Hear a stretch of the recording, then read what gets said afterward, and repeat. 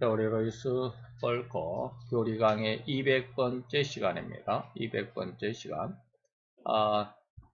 이제 마지막 예수님의 심판론에 대해서 이제 우리가 지난 시간에 마음으로 지은 죄, 또 말로 지은 죄, 그리고 이어서 세 번째로 행위로 지은 죄를 받을 수밖에 없다라고 하는 내용.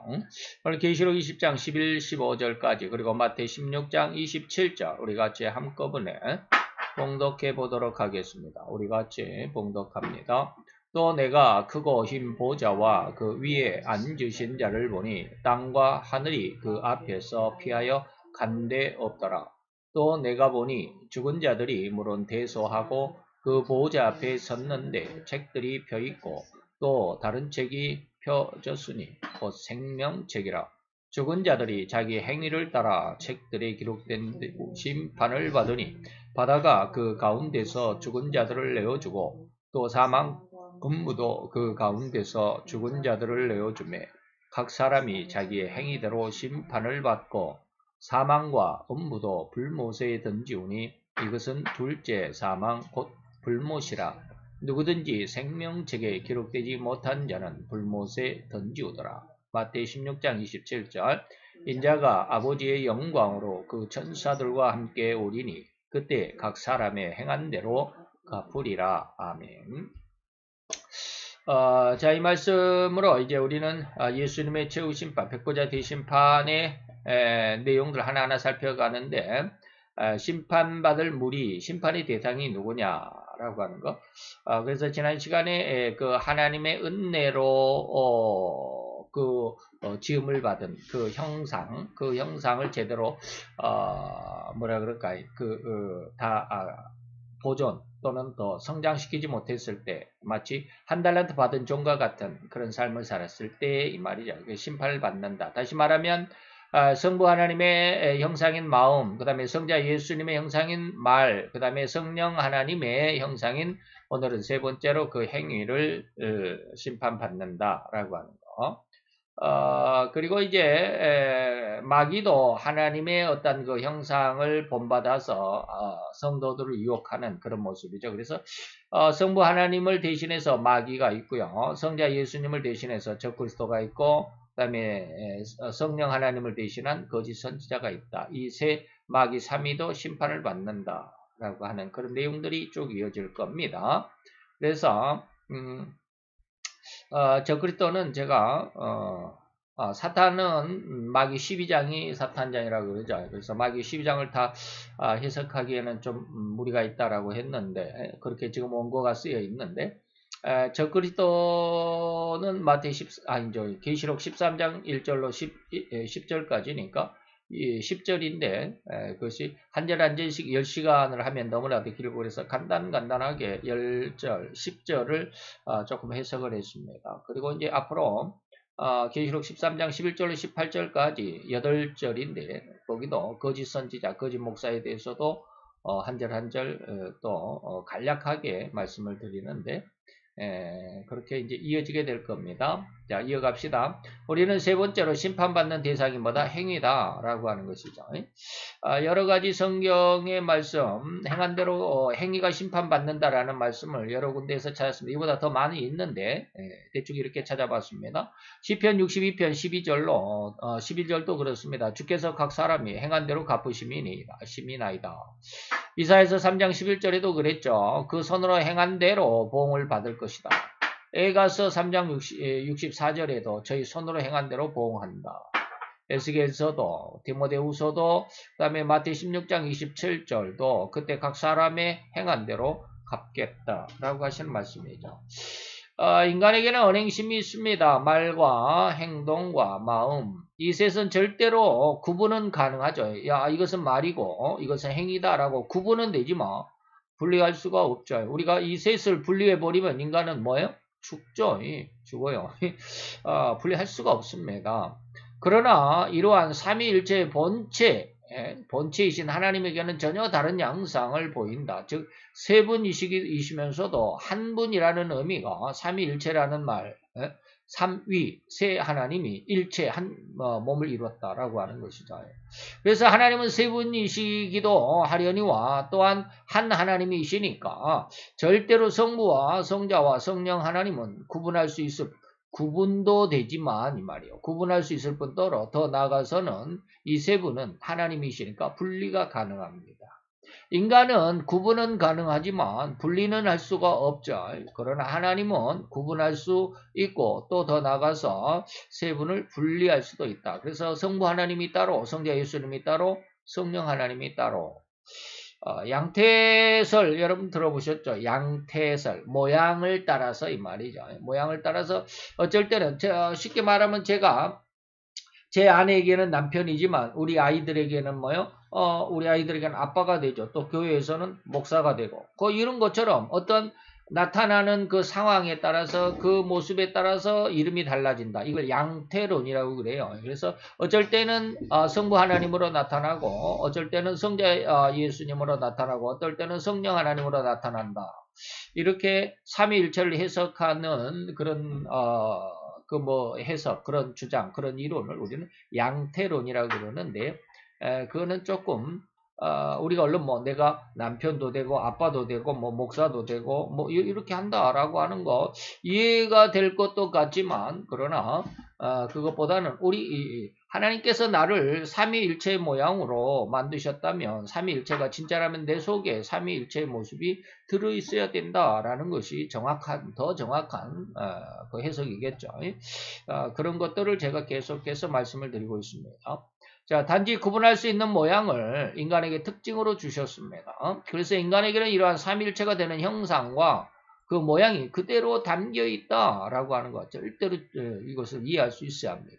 그래서 성부의 형상인 마음, 그 다음에 성자 예수님의 특성인 말의 형상이 인간에게 말로 주어졌고, 성령 하나님의 특성인 권능, 능력이 인간에게 그 능력으로 주어진 것이지만, 이 셋은 절대로 인간에게는 분리가 될 수가 없고, 단지 한 인격체라는 의미를 깨달을 수 있도록 은혜를 주셨으니, 곧 인간 자체, 다른 말로 하면 나 자신, 한 사람 안에 이렇듯 성부의 형상, 성자의 형상, 성령의 형상이 들어있으되 나라고 하는 이 한 존재는 절대로 세 사람이 아니라 한 사람임을 분명히 알 수 있는 것이다 라고 하는 것이죠.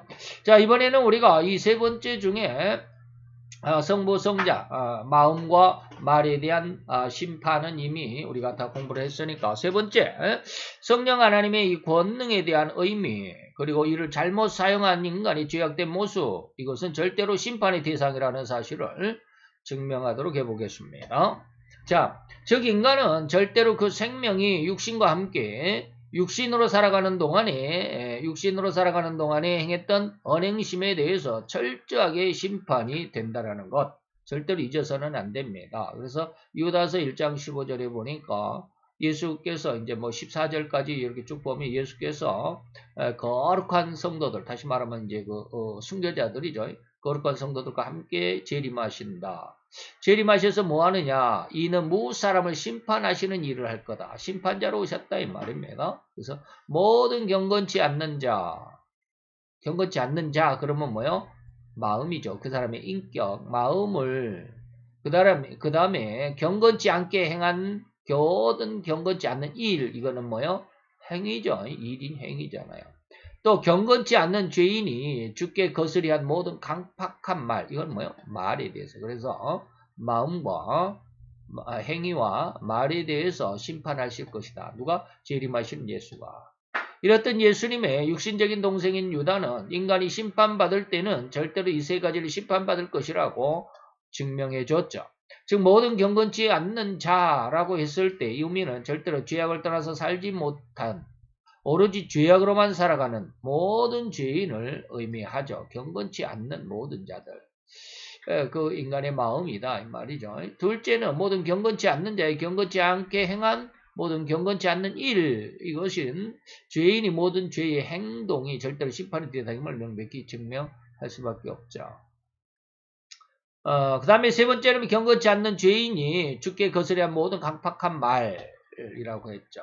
이것은 모든 죄인이 육신의 삶을 살아오는 동안 행한 모든 죄악된 말, 우리는 마태 12장에서 보면 무익한 말까지라도 어떤 무익한 말까지라도 하나님은 그 말에 대한 심판을 하시겠다라고 했습니다. 우리가 지난 시간에 알아봤죠. 그래서 인간의 인격, 곧 다시 말하면 언행심이라고 하는데 이는 절대로 삼일체 하나님의 형상을 닮아 만들어졌기 때문에 다른 말로 하자면 하나님으로부터 부여받았기 때문에 이 본연의 그 모습 그대로를 유지하거나 보존하지 못했다고 한다면 보존하지도 유지하지 못한 그 자체가 바로 죄가 되고 이 심판의 대상이다라고 하는 것 우리가 잊지 않았으면 좋겠다라는 말입니다. 다른 측면에서 인간에게 삼위의 형상이 들어있음을 또 한번 찾아보겠습니다. 다시 말하면 마음과 말과 행동이 바로 인간의 구성 요소인데 이 셋을 구분은 가능하지만 분리는 안 된다고 앞에서 말씀드렸습니다. 인간은 절대로 말과 행동이 또는 말과 마음이 또는 마음과 행동을 따로 구분을 할 수 있지만 절대로 분리할 수 없다라는 확실한 증명을 해보겠다 이 말입니다. 다시 말하면 한 인간이 어떤 생각과 어떤 마음을 가졌을지라도 그 마음과 생각을 숨기고는 전혀 다른 말을 할 수도 있고 전혀 마음과는 다른 행동을 할 수도 있습니다. 그죠? 마음과 자기의 어떤 생각과 전혀 다른 행동을 할 수도 있다. 그 사기꾼의 행각을 예로 들자면 사기꾼은 상대의 재물이나 이권을 빼앗기 위한 계획이나 마음, 생각을 가졌을지라도 절대로 그 마음이나 생각을 상대에게 들켜서는 안 되죠. 나는 너의 이러저러한 재물을 빼앗고 싶다라고 말을 하지 않습니다. 예. 그렇게 말을 해버리면 누가 나에게 내가 사기를 칠 수가 있겠습니까? 그러죠. 그러한 흉악한 마음을 절대로 감추고 오히려 상대에게 가장 아름다운 말을 연신 짓거려대죠. 그런 말로 인해서 상대는 그 말을 믿고 그냥 그의 말을 믿고 따라가게 되죠. 곧 거짓된 말을 믿고서 자기의 재산을 그리고 그 사람을 위해 그 재산을 완전히 다 탕비해버리죠. 그러고는 엄청난 피해를 보는 결과로 다시 회복할 수 없는 큰 상처를 입기도 하고 심각한 상황을 연출하기도 합니다. 다시 못 올 저 세상으로 가는 사람들도 있죠. 이런 상황을 잘 들여다본다면 절대로 인간은 인격이라는 범위 안에 이 세 가지 다시 말하면 마음과 말과 행동이 있는데 그 셋은 구분은 가능할지라도 절대 분리가 안 된다는 것을 명백히 할 수가 있다 이 말입니다. 이렇듯 삼위일체 모양에 관해서 설명해 드린 것은 삼위 하나님은 각기 분리되어 각자의 인격을 갖추신 독립된 하나님이시면서 하나이신 하나님이시듯 그러한 삼위일체의 모양은 절대로 하나라는 의미로 곧 마음이신 성부의 뜻이 성자의 뜻이거니와 또 성령 하나님의 능력도 되신다는 의미를 설명하기 위해서 길게 지금 설명해 드린 내용입니다. 자, 그러면 이제 곧 창세기의 내용을 한번 봅시다. 창세기 하나님께서 태초에 세상을 창조하시니라 했을 때 거기에 성부의 의도가 성자 예수님의 말씀으로 나타나셨다. 성부의 마음이 성자 예수님의 말씀으로 나타났고 그래서 성령 하나님의 능력이라고 해석되는 그대로 되니라 라고 서술되어 있습니다. 다시 말하면 하나님이 1장 3절 하나님이 누구 하나님이? 성부 하나님이 가라사대 빛이 있으라. 이 빛이 있으라는 누구요? 성자 예수님이죠. 그렇게 하시면 빛이 있게 됐다. 이건 뭐요? 성령 하나님이십니다. 다시 말하면 하나님이 궁창을 만드사 궁창 아래 물과 궁창 위의 물로 나뉘게 하시니 그대로 되니라. 그대로 됐다라는 말. 빛이 있으라 하시면 빛이 있었다. 이것은 뭐요? 성령 하나님의 그 능력이다 라는 것이죠. 더욱 이러한 하나가 됨에 은혜 안에서 성령 하나님의 능력은 모든 기반 조성 태초에 하나님이 세상을 만드셨을 때 그 세상을 만드신 뭐 쉽게 말하면 이제 지구가 온 세상에 너무나도 많은 별들이 있지만 특히 지구를 만드셨으면 지구에 사람이 그리고 모든 동식물들이 살아갈 수 있는 모든 기반 조성은 누가 있느냐? 성령 하나님이 있습니다. 그러면서 모든 생물들을 어떻게 또 세상에 태어나게 했을까? 말씀으로 나타내셨습니다. 이게 요한복음 1장 1절로 3절이죠. 말씀에 의해서 되지 않는 것은 세상에 없다. 그랬죠.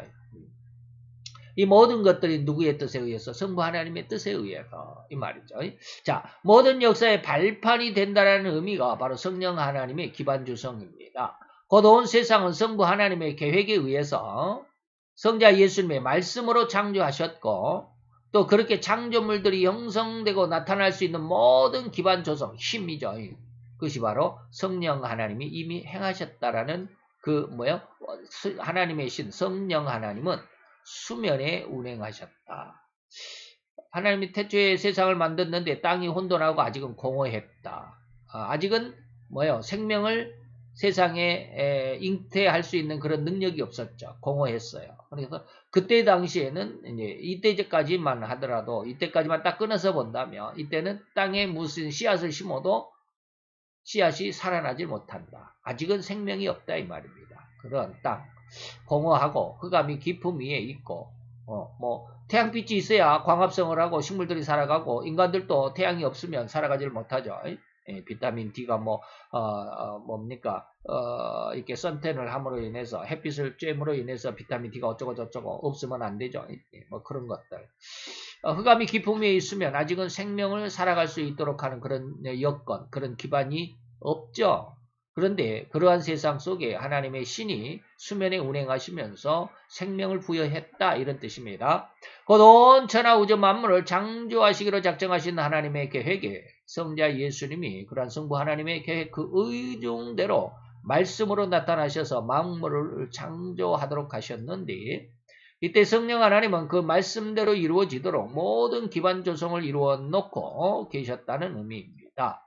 마치 얼미닭이 알을 품어서 병아리로 태어날 수 있도록 품에 품으면서도 그냥 알 위에 그냥 가만히 앉아 있는 것이 아니라 알을 위아래로 돌려가면서 온도를 맞춰주듯 하는 이러한 모습과 같이 온 천하 우주 만물이 창조되도록 예수님의 말씀이 그대로 이루어지는 능력으로 기초작업을 해 놓으신 것이 바로 성령 하나님이 수면에 운행했다라는 뜻입니다. 그래서 예수님조차도 예수님 이후로 오실 보혜사 성령님은 절대로 이미 세상에 선포한 예수님의 말씀을 이루기 위한 역사를 이루신다라고 했습니다. 그래서 요한복음 16장 13절 15절에 보니까 진리의 성령이 앞으로 오실 텐데 내가 천국으로 다시 올라가면 그를 보내주실 텐데 그는 절대로 자기 말을 하지 않는다. 오직 듣는 것. 뭘 듣는 것? 예수님의 말씀을 들었던 것. 그리고 예수님의 내 것을 가지고 내 영광을 너희에게 알려준다. 내 것은 뭐요? 예수님의 것을 가지고. 자,